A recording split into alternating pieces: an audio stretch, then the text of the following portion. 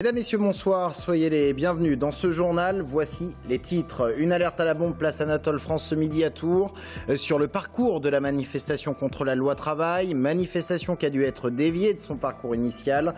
Une bouteille de gaz avait été laissée sur le trottoir. Les démineurs sont intervenus pour une fausse alerte. Au final, le conseil régional se penche sur les conséquences des intempéries, gel pour les vignerons d'un côté qui vont être aidés pour s'équiper, les inondations de l'autre, 8 millions d'euros seront débloqués pour venir en aide aux sinistrés. Le CCCOD visite en avant-première pour les 375 abonnés alors que le centre Olivier Debré n'ouvrira qu'en 2017. Hier soir, ils ont également pu découvrir un avant-goût de la saison de 2017, une saison sur le thème du voyage. Il était un peu plus de 11 h ce matin lorsque les policiers ont bouclé les environs de la faculté des tanneurs à Tours. En cause, une bouteille de gaz laissée sur un trottoir. Les démineurs ont dû intervenir, mais aucun engin explosif n'a été retrouvé.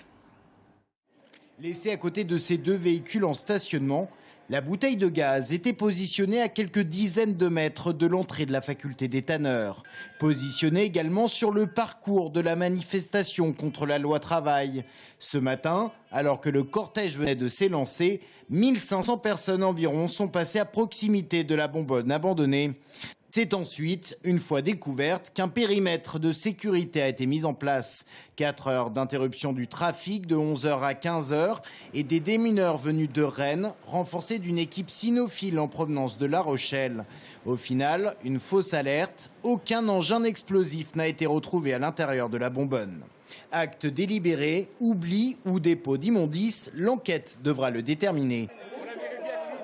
On passe par la cellule. Quant aux manifestants, impossible pour eux de terminer leur marche comme prévu place Anatole France. Terminus exceptionnel place Jean Jaurès pour des raisons de sécurité. La manifestation contre la loi travail, vous l'avez vu, qui a dû être détournée, soit environ 1500 personnes, des manifestants qui restent donc mobilisés. Robin Watrin.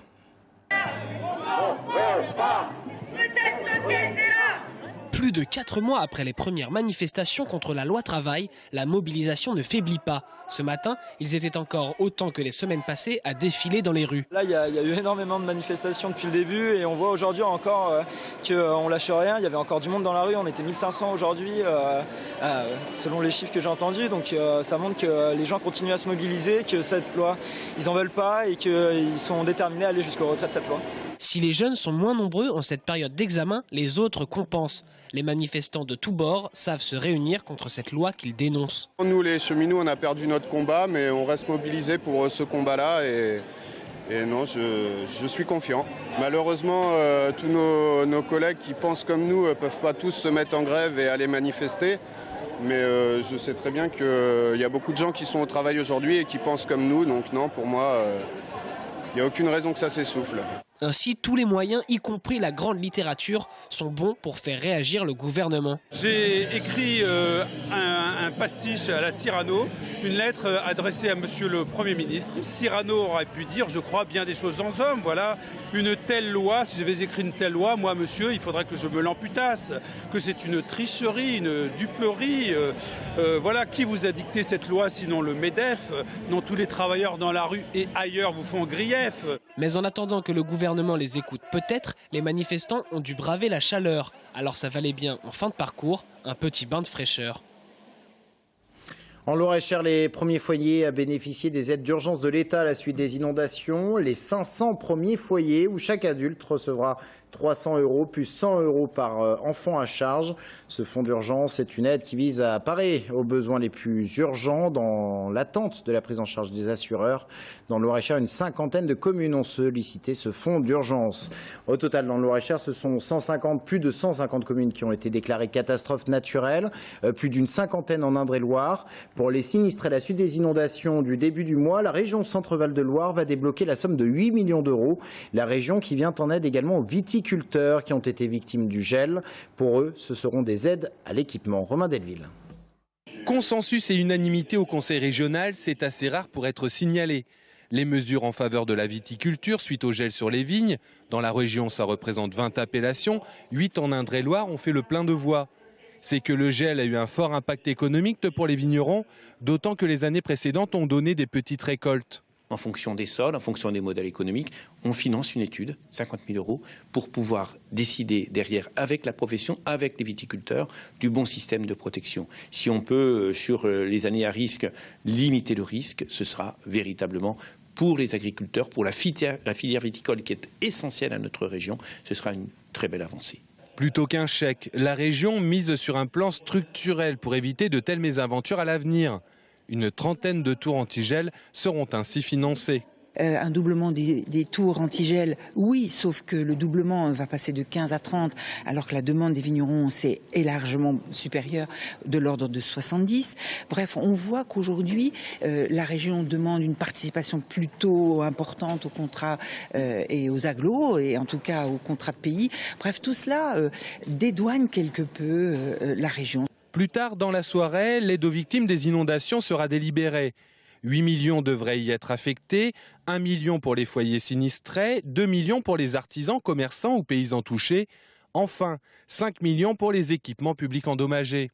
Une grande partie des aides que la région propose vont être prises sur d'autres politiques, en particulier sur les contrats territoriaux. Ça veut dire qu'on va demander aux territoires ruraux, aux villes moyennes, de reprendre sur d'autres projets pour apporter une aide aux victimes des inondations. Enfin, en ce qui concerne les mesures suite au gel dans les vignes, la région va proposer des formations à ceux qui sont touchés par le chômage partiel. Et en parlant d'inondation à Tours, c'est l'heure du bilan pour la plaine de la Gloriette, restée sous les eaux pendant plusieurs jours. Un festival avait dû même être annulé. Il y a eu jusqu'à 1,50 m à certains endroits. Alors quels sont les dégâts sur place et quelles perspectives pour les prochaines semaines? On voit cela avec Aurélie Renaud. Souvenez-vous, la Gloriette transformée en immense lac. C'était il y a quelques semaines. Aujourd'hui, la plaine est partiellement accessible. Bilan, environ 10 000 € de frais pour remettre en place certaines installations. Le rucher pédagogique, lui, n'est pas accessible parce qu'il y a des structures en bois qui ont été cassées, donc il va falloir réparer. Après, en termes de matériel, on a des gros dégâts électriques parce que sur ce site, vous savez, on fait venir des manifestations, donc on a quand même un minimum d'infrastructures électriques. Et là, l'électricité a vraiment souffert. Le potager, lui, était bien sous les eaux, mais jardiniers et associations ont mis les bouchées doubles pour replanter tout l'espace. Résultat, cette année encore, la Gloriette propose des cours de jardinage et des ateliers récréatifs. Parmi les nouveautés, des balades en Segway et même des vols en dirigeable. Car depuis 15 ans, Tours Plus mise sur cet espace naturel sensible, véritable poumon vert de l'agglo. La Gloriette, c'est un investissement permanent. Vous voyez, cette année, sur le quotidien, on va à peu près mettre 80 000 €. Ce sont les jeux pour enfants. Là, on vient d'acquérir une pyramide à cordes qui va venir équiper l'espace pour enfants. C'est les pistes cyclables, ce sont les voiries.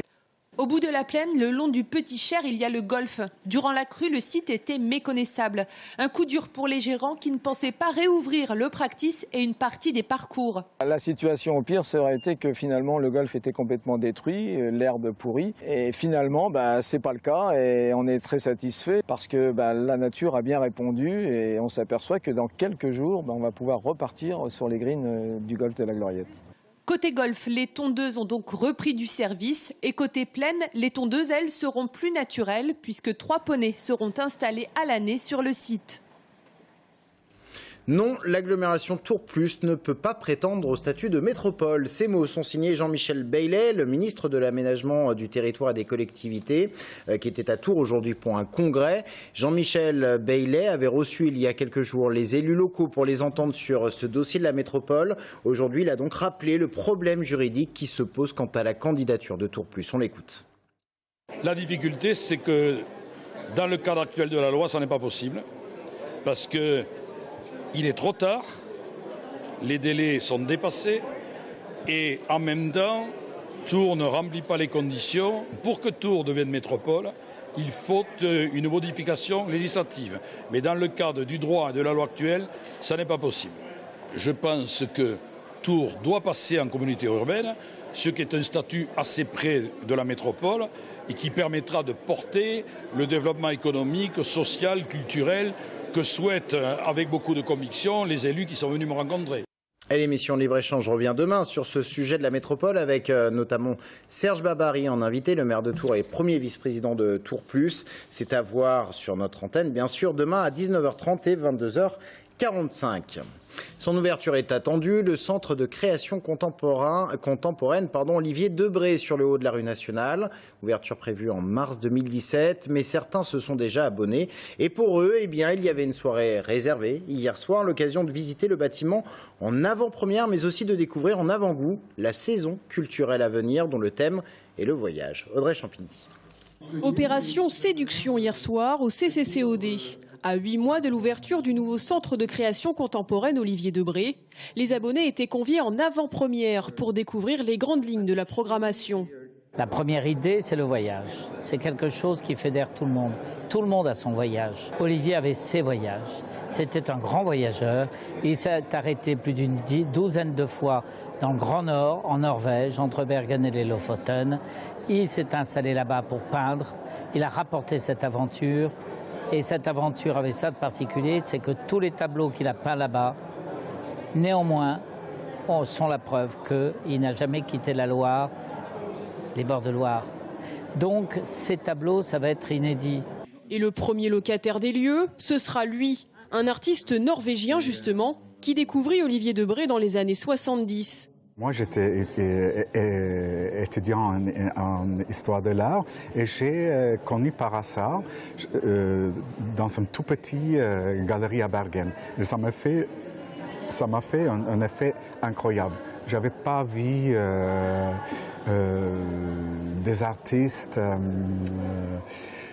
traiter la nature dans cette façon-là. Si les différentes pièces sont encore en travaux, notamment les sols du bâtiment, le chantier est presque terminé. Hier soir, les abonnés ont tout de même eu droit à une petite visite guidée. C'est un plaisir parce que c'est vrai que cet espace manquait véritablement à Tours et l'ancien CCC souffrait de son espace bien trop réduit. Et là, on a à la fois un espace qui est gigantesque et lumineux.